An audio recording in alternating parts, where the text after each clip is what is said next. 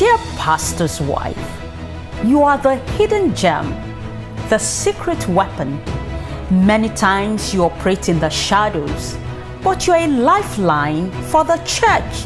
You are not just a plus one, an uninvited guest that showed up at the party. No, you are an essential part of how everything works.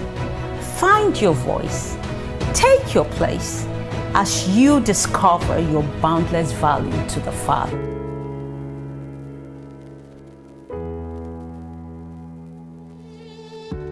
I am so glad God put it on my heart to write this book. I wanted a book that would be real, that would be authentic, and would actually address the issues of the contemporary modern pastor's wife.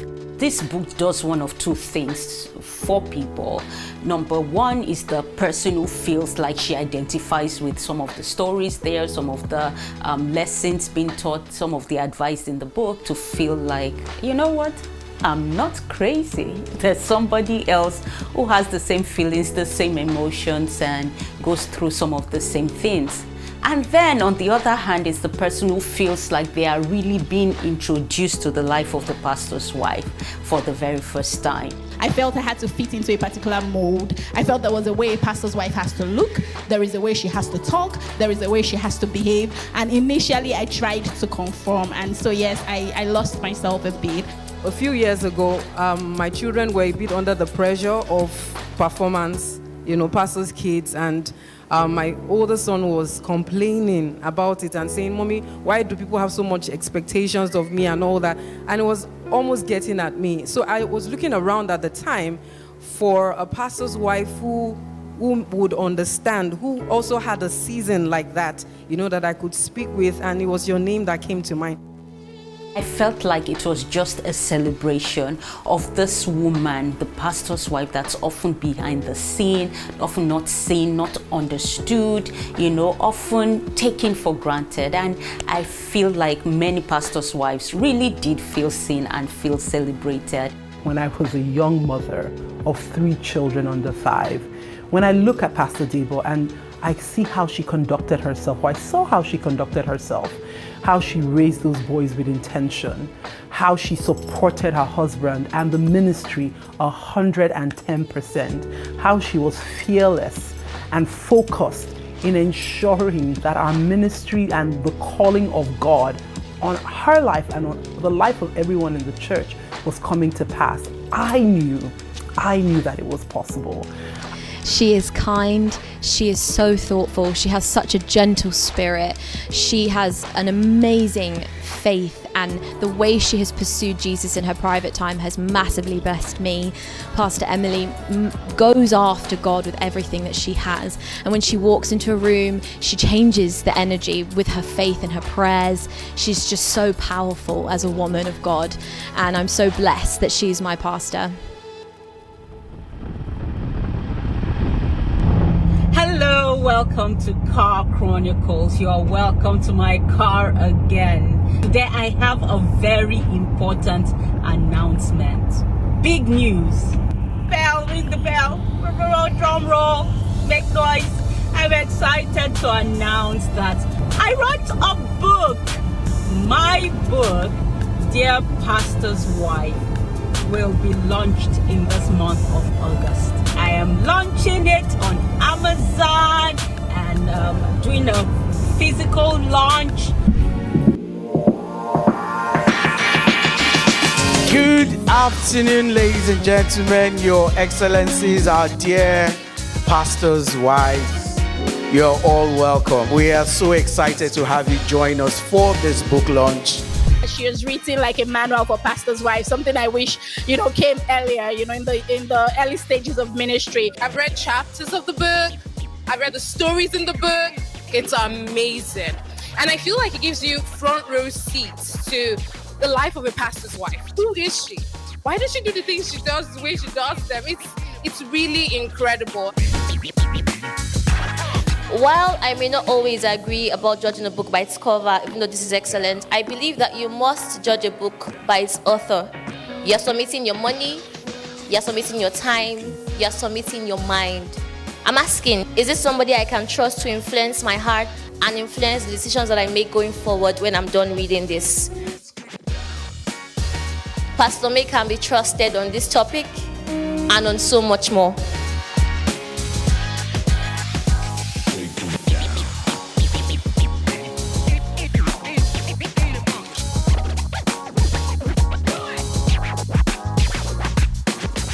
As I flipped through the pages of Dear Pastor's Wife, I felt seen, I felt affirmed, I felt encouraged.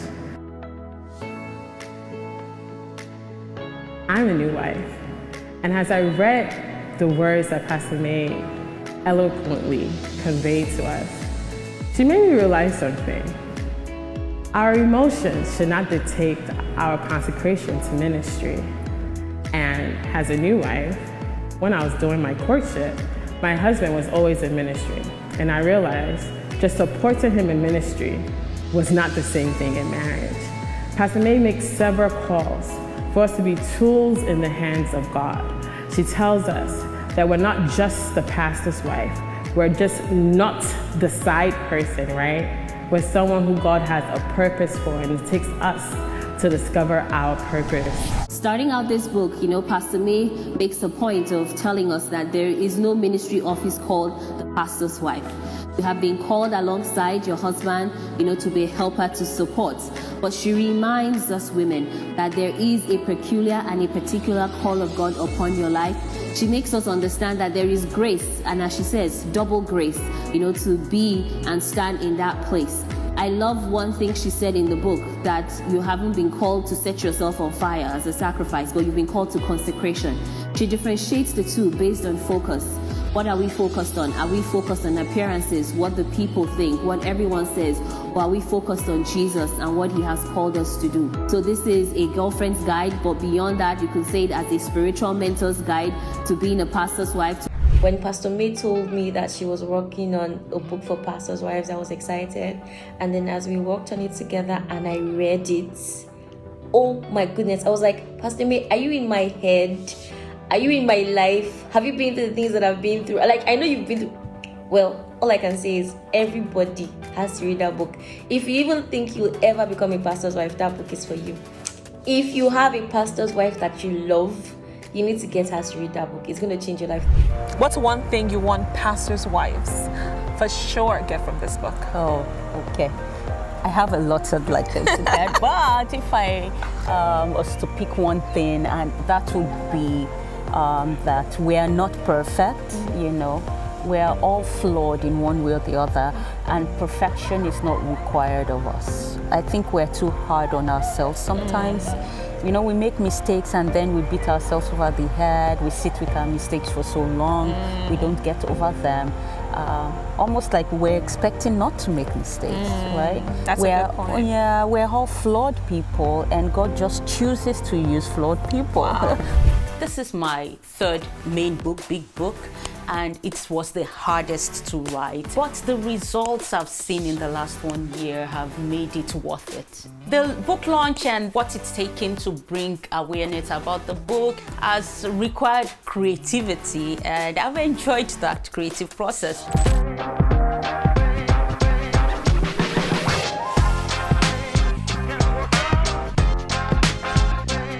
The idea of the tea parties actually came while we were thinking of a way to introduce the book Dear Pastor's Wife to Chicago audience. We decided on an intimate setting where pastors' wives could come together, have a safe space to actually have fun, feel pampered, and have discussions and conversation around topics that they don't usually get people of like minds to have conversations with. I could open up, I could talk, and I didn't have to explain too much before the other women got it. We talked about finance, we talked about friendship, we talked about relationship. And we may take these things for granted, but the pastor's wife is so crucial to the health of a church.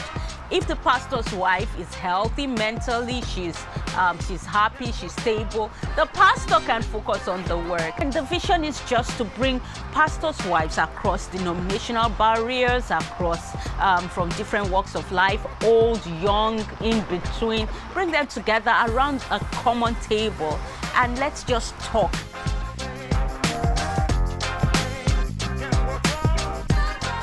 Dear Pastor's Wife was just supposed to be a book.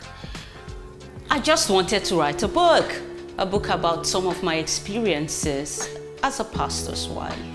I worked really hard at it and I wanted to come up with a really good book. I expected it to do well. I expected people to like it. But what I didn't expect was the depth of conversation that has come out from the topics discussed in this book. I have opened my eyes to realize that this isn't just a book. It's an opportunity to advance the cause of the pastor's wife in a sustainable way, in a more practical way. In the year 2002, to be precise, God told my husband that we were to move from California to Chicago to start a church.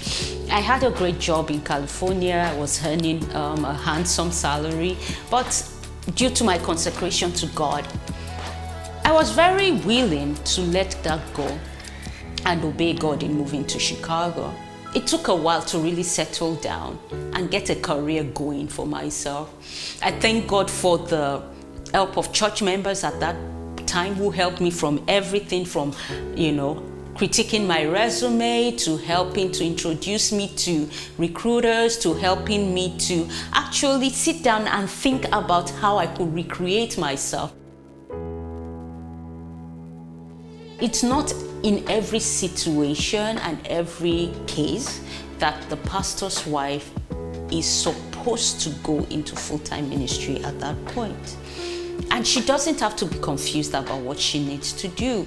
With good, sound business education, she may be able to do some research and see what can work in a particular environment and find a way to be financially empowered so that the pressure on the family can be reduced and so that she can have a healthier sense of self-esteem.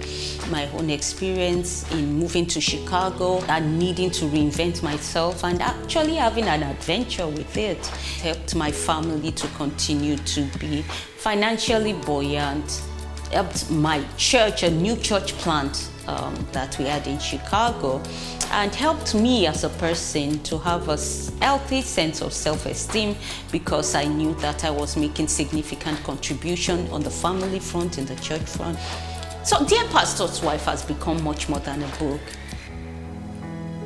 It's become a safe haven for pastors' wives, and it's become an avenue through which I have recognized that the need is great and the opportunities are vast.